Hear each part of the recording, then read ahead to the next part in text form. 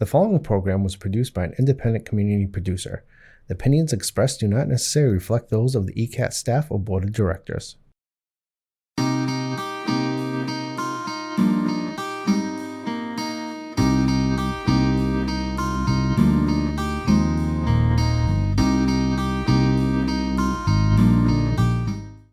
Hey, welcome everybody. This is Auntie Zaza's at Auntie Zaza's Fireside Chat. We're here at Auntie Zaza's Yarn Shop, and today we're going to be talking about crocheting, and in particular, the granny stitch. So there's a granny square stitch, which I'll show you, and I'll show you some sample of a granny stitch, which is based on the same principle.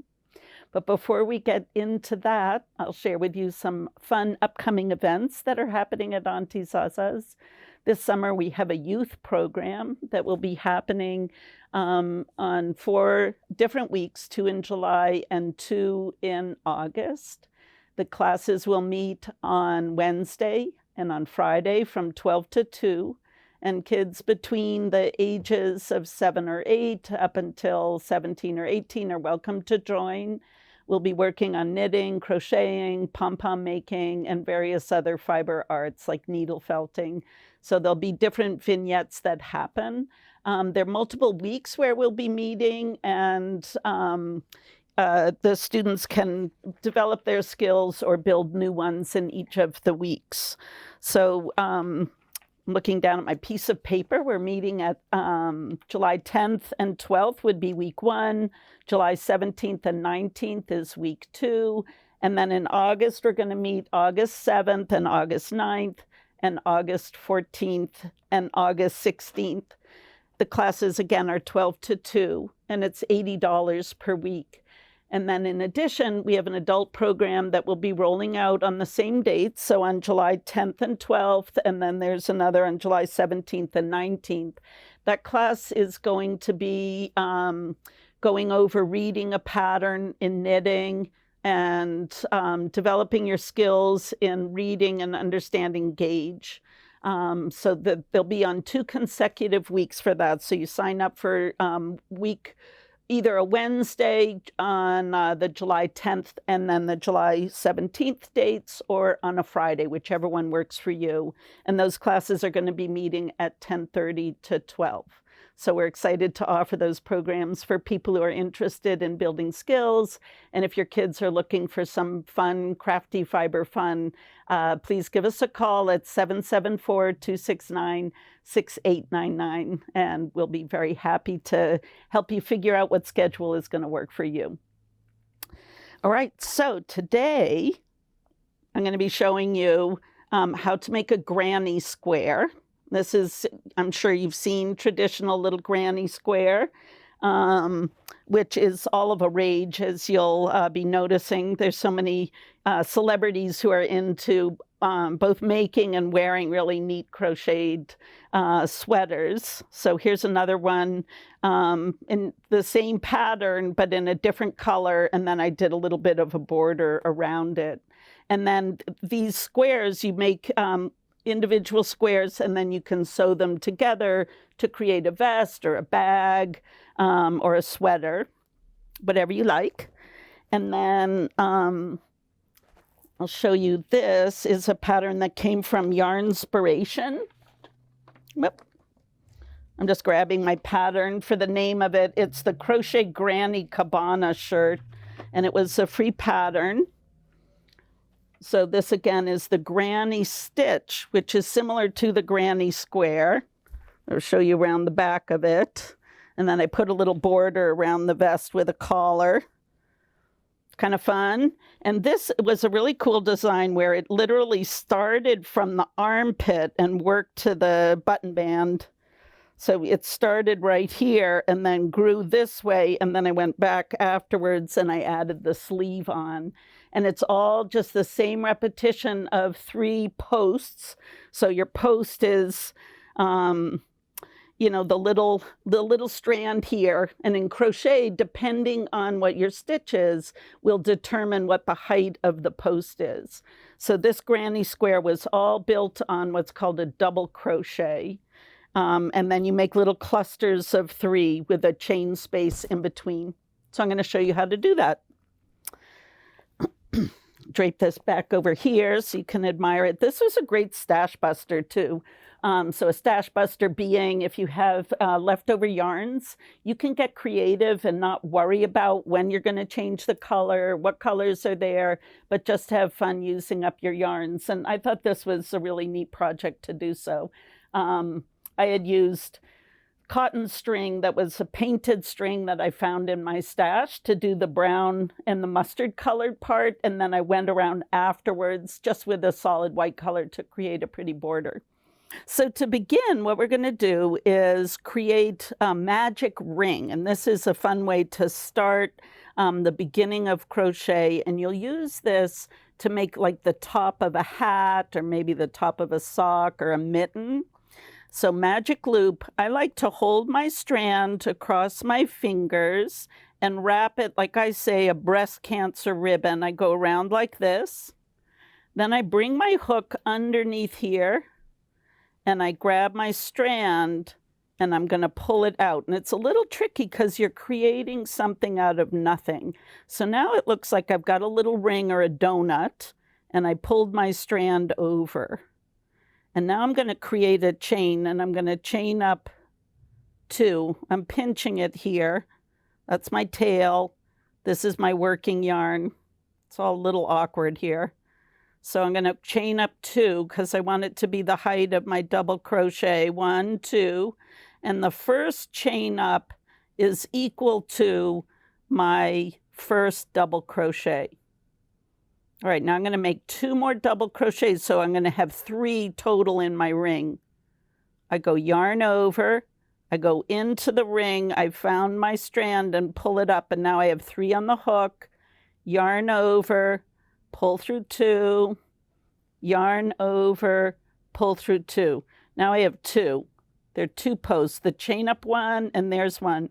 Now I need a cluster of 3, so I'm going to do it again. Yarn over, go in the ring and pull it up. Give myself a little slack here. Where's my working yarn? And then I'm going to pull through 2, pull through 2. There's my first cluster. And now I'm going to chain 1 in between, and I'm going to repeat the cluster of 3 more times. So yarn over, pull through 2, pull through 2, go in the hole, grab it, 3 on the hook, yarn over, pull through 2, pull through 2. I'll slow it down again. The hook is going to go in the ring, go in, grab my working yarn, come out. Whoops, I didn't do a yarn over, go in the hole, grab it, pull it up, pull through, whoops, try again, pull through 2, pull through 2. Now after I finish my cluster, see my cluster of 3, 1, 2, 3, 1, 2, 3. Whoops, I have to finish my stitch. I'm going to chain 1, and now I'm going to do it again, another cluster of 3. So here I go, 1, yarn over into the ring, pull it up, pull through 2, pull through 2, yarn over into the ring, pull through 2, pull through 2. After I finish my cluster of 3, chain 1. And now I have 1 more to do. So here's 1, 2, 3. I have 1 more cluster of 3 double crochet to finish the round. The round is a row. In crochet, it will say R&D in the abbreviation. That means a round. That means a row of crochet. So here I am. I'm at the end. Whoop, got a little knot. And I'm going to chain 1, and I'm going to slip stitch into the top to join it around. There it is. Now I go over to the beginning of the row, slip stitch, and I'm right in the corner. The corners, I'm going to stick my fingers through each one so you can see them. Kind of see it right there?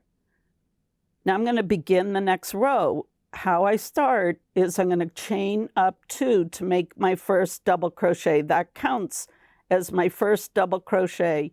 So in order to make a cluster of 3, I need to do 2 more. Yarn over, pull through 2, pull through 2, yarn over again, and that's going to finish my first cluster of 3. 2 double crochet plus your chain up makes the first one. There it is. Now, in between, we're going to make our corner. We're going to chain 2 this time in between every corner. Again, in the big hole, we're going to make another cluster of 3. 3 double crochet into the big hole. 2 and 3. Beautiful. Let's see what that looks like.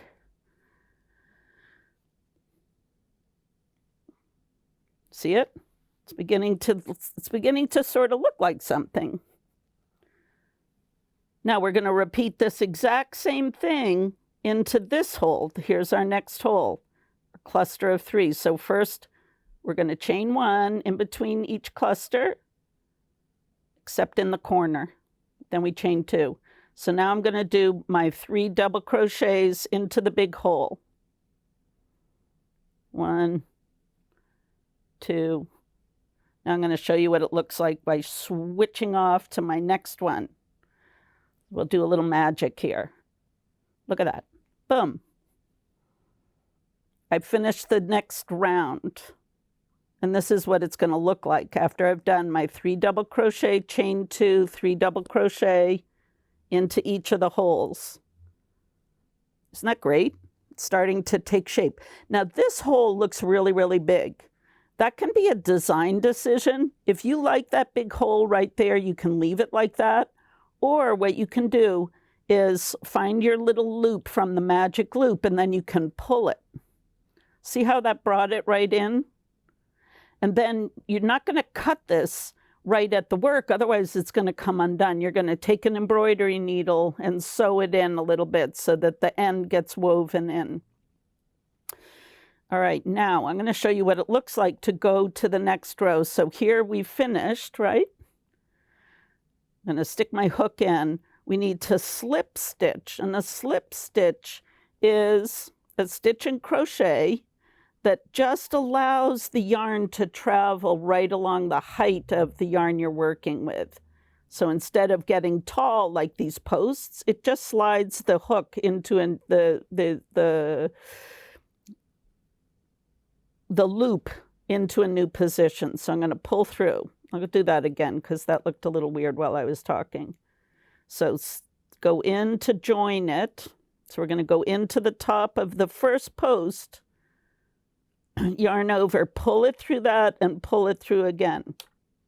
Stab it in, grab it, pull it through and pull it through. See how the yarn is just traveling right along the top? And then we'll go right into the last one. And now we're going to start the new row, chain up 3. 1, 2, 3. What are we going to do? 2 double crochet into the big hole. 1, 2, and we're turning that first corner. Then we're going to chain 2. How's everybody doing here? A lot of jibber jabber. See it? What are we going to do? 3 double crochet to make your cluster to finish the corner. 1, 2, 1 more, and then you got your 3 double crochet. On the sides, we do chain 1. On the corner, we do chain 2. So every time on the side, just do chain 1, and now you're going to go in the big hole. See, your cluster of 3 is right here. There's your big hole on the side. We're on the side. We're not on the corner right there. Here, we're going to do 2 clusters of 3 with a chain 2 in between. But on the side, we're doing 1 cluster of 3 into the big holes. So we'll just do that. 1, 2, 3. Looking good, right? You're going to do that all the way around. So let's see, what did I do with my last little thing? Whoop! Make a noise. So here we go. You can see how it's going. We got our corner. That's our first corner. There's the one on the side. See how it's beginning to take shape? And there's the corner again.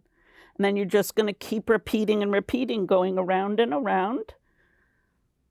And that's what it will start to look like. I don't get worried about what's happening with the changing colors with this variegated yarn. I just think it's really pretty when it just unfolds the way it wants to. Some people like it when it's a little bit more precise as to where the color change happens, but I just think it looks pretty any way it unfolds. I don't worry about it when I use the variegated stuff. Like you can see this one. This is a green one.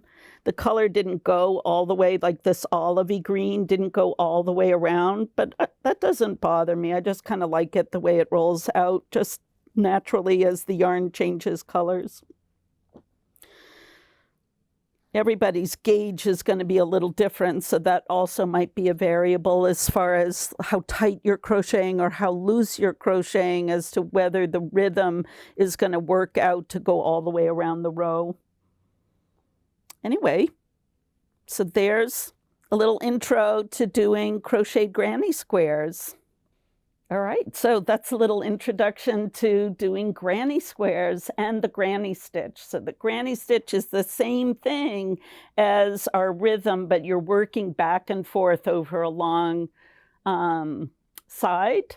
And this, the granny square, by virtue of its name, a square, we're traveling each round, making a new round, getting slightly bigger, like concentric circles, with doing the 2 clusters of 3 double crochets into your corner.